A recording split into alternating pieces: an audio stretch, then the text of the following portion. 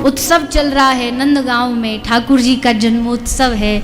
और उस जन्मोत्सव में कन्हैया जो पात्र लेके आ रहा है उसमें लड्डू भर भर के सबको दे रहे हैं। जो आता है पात्र लेके अपने घर से उसको लड्डू भर के दे रहे हैं। इतने में ही श्री राधा रानी आ गई सखियों के साथ। तो राधा रानी ने देखा कि कन्हैया जो आता है पात्र लेके उसको भर के देते हैं। अब राधा रानी रूठ गई, मान करने लगी, नाराज हो गई।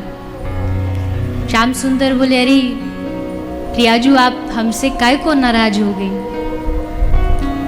तो श्री प्रियाजू कहती है, हे श्याम सुंदर, आप लड्डू बांट रहे हो, अच्छी बात है, कोई बुरी बात नहीं, पर जो जितना पात्र लेके आ रहा है उसी को भर के दे रहे हो, ये कोई कृपा है? जिसका जितना पात्र उतना दे देना, ये कृपा नहीं। पात्र बड़ा अपनी तरफ से दो। ठाकुर जी बोले, अरे श्री जी हमारे पास पात्र कहाँ है? श्री जी बोली, रुको मैं अभी जाती हूँ अपने बरसाने और बड़े बड़े पात्र लेके आती हूँ। श्री जी गई बरसाने और अपनी सखियों को आदेश दिया, निकालो सब पात्र निकालो। बड़े बड़े विशाल पात्र श्री जी लेकर के आई और लाके ठाकुर जी को दिया और कहा कि अब इन पात्रों में बांटो जितना बांटना है। मतलब अर्थ ये है कि कन्हैया फिर भी पात्र जितना आपका है उतनी कृपा करेंगे, पर श्री प्रियाजू तो इतनी कृपालु है कि पात्र अपनी तरफ से जितनी हमारी पात्रता नहीं होगी वो भी दे देंगी और कहेंगी लूट लो, जितना भर भर के लूट सकते हो लूट। इतनी कृपा, इतनी करुणा श्री किशोरी राधा रानी की बरसती है।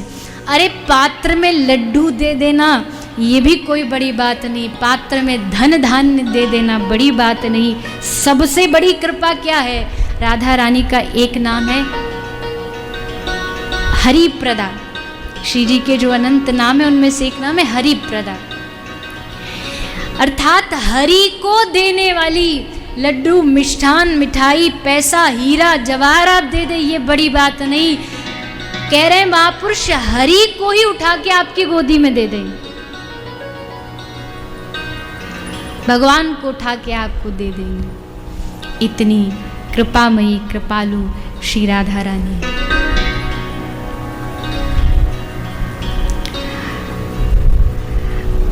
इस बार भी मुझे बहुत लोगों का संदेश आया, व्यक्तिगत भी, और कुछ लोगों ने वैसे भी कहा कि जो जनवरी में जो यहाँ पर चरित्र को गाया गया था, तो कई लोग की ये भाव था कि इस बार भी श्री राधा रानी का ही चरित्र गाया जाए, जितना गाया जाए उतना कम है। पर मेरा एक भाव ये भी था कि अच्छा हो कि जब थोड़ा सा और सब नॉर्मल हो जाए और श्रोताओं का यहाँ आगमन जब होने लग जाए, श्रोता जब सामने उपस्थित हो और सामने बैठ कर के जब आप श्री प्रिया जी का चरित्र सुनेंगे तो फिर तो उसका आनंद ही 100 गुना बढ़ जाएगा, रस ही रस बरसेगा। तो जब भी अगली या उससे अगली जब भी कथा होगी जिसमें सब लोग उपस्थित हो पाएंगे, तब पुनः हम श्री राधा रानी के और चरित्रों का, उनकी लीला जो आज तक ना हमने कभी सुनी न जानी और पता ही नहीं कि ऐसा भी हुआ है। जैसे एक मुझे बड़ी प्रिय है जो पूर्व में भी मैंने कही है, श्रीमद् भागवत के जो उत्तर महात्म्य है, भागवत में 2 महात्म्य है, एक पूर्व का महात्म्य है जो आरंभ में है और एक उत्तर महात्म्य विश्राम में 12 स्कंद के बाद। उसमें ये दृष्टांत है कि जी की 16,108 रानियां हैं। ठाकुर जी ब्रज छोड़ के द्वारिका छोड़ के अपने नित्य धाम गोलोक चले गए। अब भगवान तो चले गए, रानियां यहीं रह गई। भगवान की जो अष्टपट रानियां हैं वो यहीं रह गई। अब तो उनको कृष्ण का विरह सताता है, नित्य कृष्ण के विरह में क्रंदन करती रहती हैं, रोती रहती हैं। तो उनको आदेश हुआ, नारद जी ने कहा कि हे देवियों, आप एक काम करो, तुम सब ब्रज चली जाओ। ब्रज में जाकर के तुम, अब भगवान कृष्ण की अगर तुमको वेदना सता रही है तो वहाँ जाओ, वहाँ कहाँ उन्होंने लीलाएं की, कैसी लीलाएं की, सब दर्शन करो तो थोड़ा विरह शांत होगा।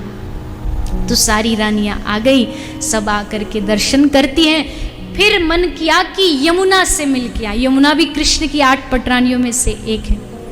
अब जैसे यमुना के पास गई रानियां तो देखा कि यमुना तो एकदम आनंद में उछल रही है, आह्लादित हो रही है, कल कल छल छल करके बह रही है।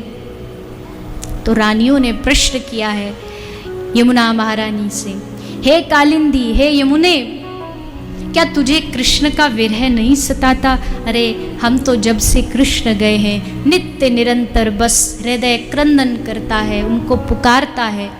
तू कैसे कृष्ण विरह के बाद भी इतना आनंद में रहती है? तब यमुना ने बड़ी प्यारी बात कही है।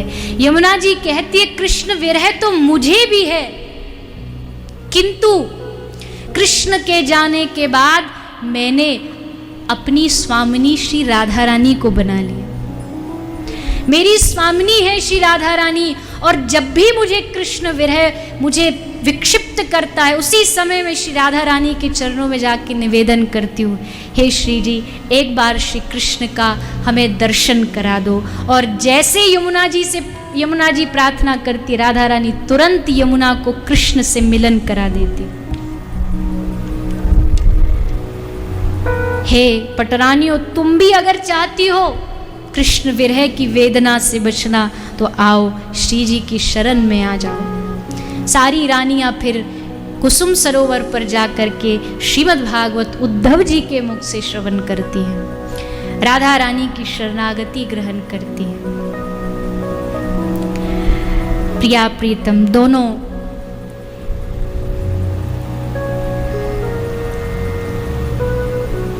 कहते हैं कि ठाकुर जी श्याम सुंदर एक माटी लेकर के कुछ आकृति बना रहे हैं। तो राधा रानी ने पूछा, क्या कर रहे हैं आप, किसकी आकृति बना रहे हैं? तो ठाकुर जी बोले, मैं आपकी और अपनी मूर्ति बना रहा हूँ, आप जरा बन जाए फिर बताना कैसी बनी है। आपने पास कर दिया तो पास।